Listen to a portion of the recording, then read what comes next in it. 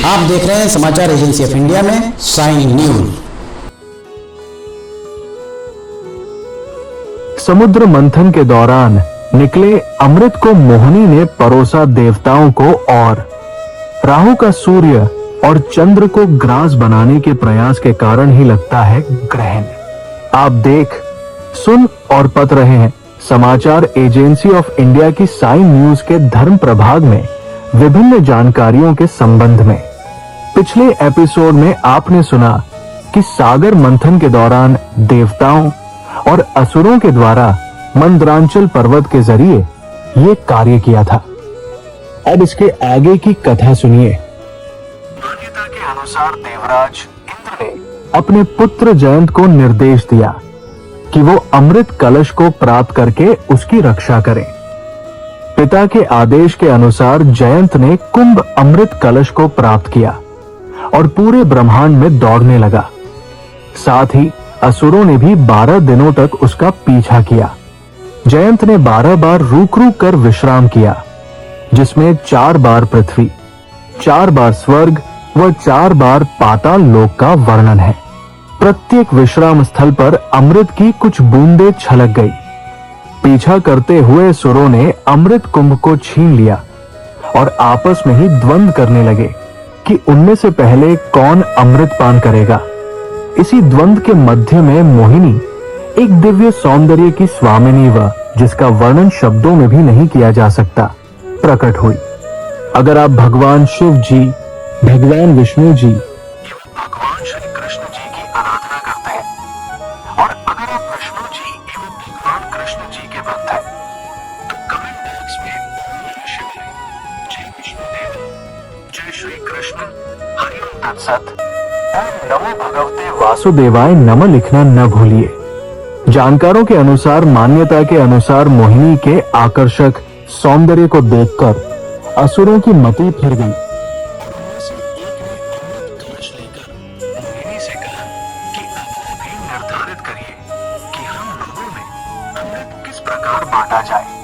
मोहिनी मुस्कुराई और असुरों ने उसके द्वारा होने वाले निर्णय पर अपना विश्वास जताया। मोहिनी ने कहा कि देवताओं और असुरों ने एक समान कठिन परिश्रम किया है, इसलिए दोनों पक्षों का अमृत पर अधिकार भी समान होना चाहिए।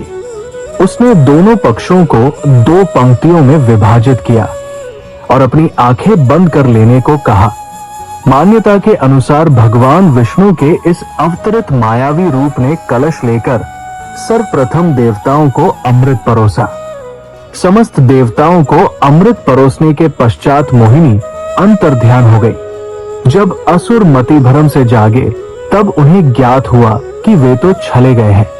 अमृत से देवताओं ने पुनः अपने को शक्तिशाली बनाया व चल रहे संघर्ष में भी विजय प्राप्त की, जिससे ब्रह्मांड में धर्म की पुनः उचित स्थापना हुई।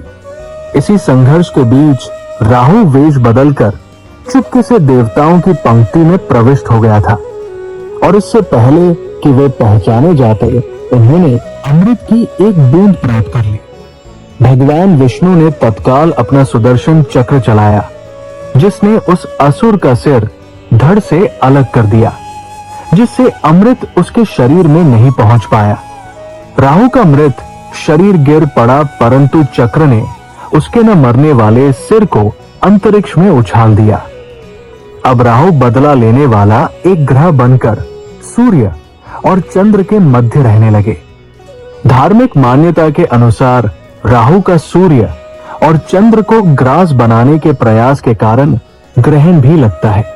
देवताओं के 12 दिन और मनुष्य के 12 वर्ष एक समान है, इसलिए कुंभ पर्व हर 12 साल पर आयोजित होता है। ग्रहों के देवता सूर्य, चंद्र और बृहस्पति ने जयंत की रक्षा की व अमृत कलश को भी सुरक्षा प्रदान की। अंतरिक्ष शास्त्र के अनुसार ये तीनों सूर्य, चंद्र और बृहस्पति कुंभ पर्व पर एक साथ उपस्थित होकर मनुष्य जाति को अपना आशीर्वाद प्रदान करते हैं। भारत में हरिद्वार, प्रयाग, नासिक व उज्जैन की इन 4 क्रमश पवित्र नदियों गंगा, यमुना और सरस्वती के संगम गोदावरी एवं क्षिप्रा में अमृत छलका था। इसलिए ये चारों स्थान पवित्र कुंभ पर्व के केंद्र माने गए हैं।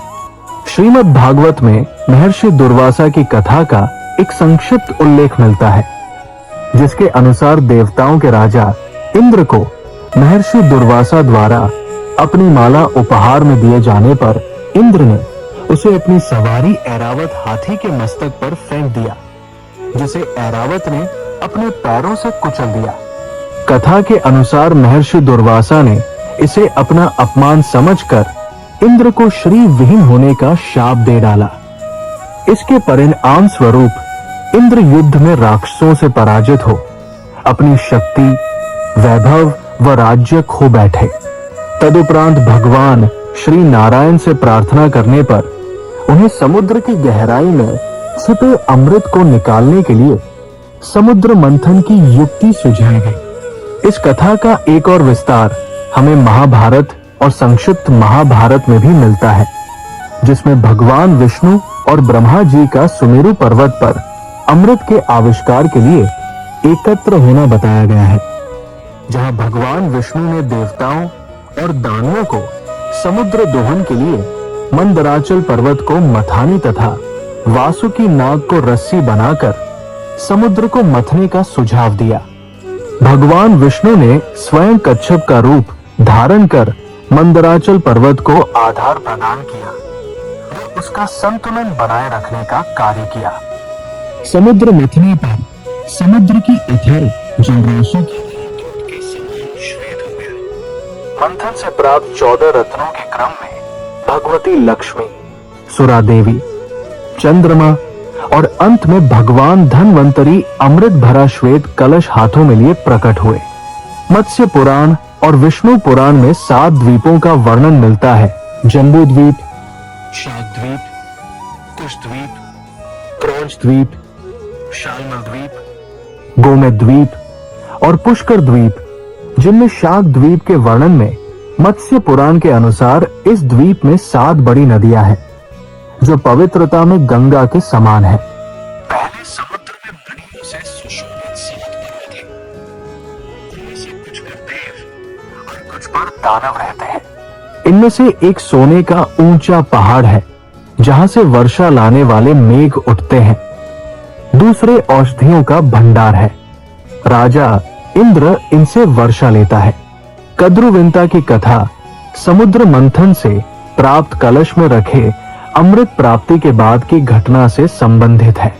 इसके अनुसार महर्षि कश्यप सप्तऋषियों में से एक उनकी 13 पत्नियों में 2 पत्नियां कद्रु और विंता जुड़वा बहनें थी।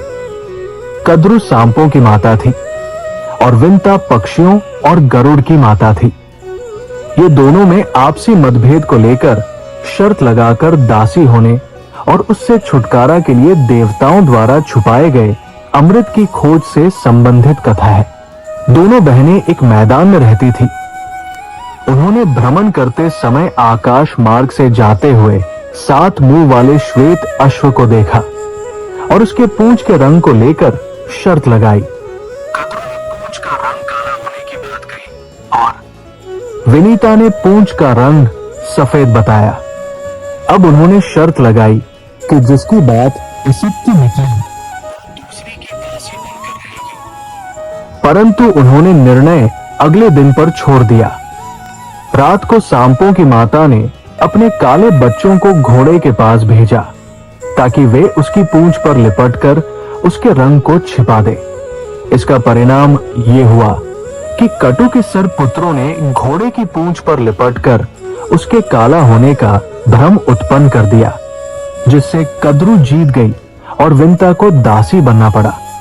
मां को दासत्व से मुक्ति दिलाने के लिए उसके पुत्र गरुड़ ने अमृत खोजकर सर्पों को देने की बात स्वीकार कर ली। अमृत को देवताओं के राजा इंद्र ने संरक्षित कर रखा था। वो गरुड़ को अमृत कलश इस बात पर देने को सहमत हो गए कि वे इसे सर्पों को नहीं पिलाएंगे, परंतु गरुड़ ने अमृत कुंभ सर्पों को सौंपकर अपनी मां को दासत्व से मुक्ति दिलाई। इसके बाद गरुड़ ने सर्पों से कहा कि जब तक तुम गंगा में स्नान न कर लो, अमृत के निकट न आना। सर्प स्नान करने चले गए। इसी बीच में गरुड़ इसे देवों के पास वापस ले आया, जिससे उसकी पवित्रता की पदवी बहुत ऊंची हो गई और वो सब पक्षियों का राजा और विष्णु का वाहन बन गया। हरि ओम। अगर आप भगवान शिव जी, भगवान विष्णु जी एवं भगवान श्री कृष्ण जी की आराधना करते हैं और अगर आप विष्णु जी एवं भगवान कृष्ण जी के भक्त हैं, तो कमेंट बॉक्स में ओम नमः शिवाय, जय विष्णु देवा, जय श्री कृष्ण, हरिओम तत्सत, ओम नमो भगवते वासुदेवाय नमः लिखना न भूलिए। यहाँ बताए गए उपाय, लाभ, सलाह और कथन आदि सिर्फ मान्यता और जानकारियों पर आधारित है। यहाँ ये बताना जरूरी है कि किसी भी मान्यता या जानकारी की समाचार एजेंसी ऑफ इंडिया के द्वारा पुष्टि नहीं की जाती है। यहाँ दी गई जानकारी में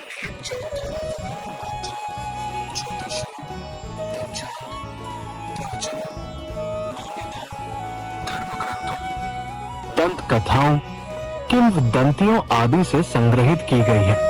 आपसे अनुरोध है कि इस वीडियो या आलेख को अंतिम सत्य अथवा दावा न माने एवं अपने विवेक का उपयोग करें।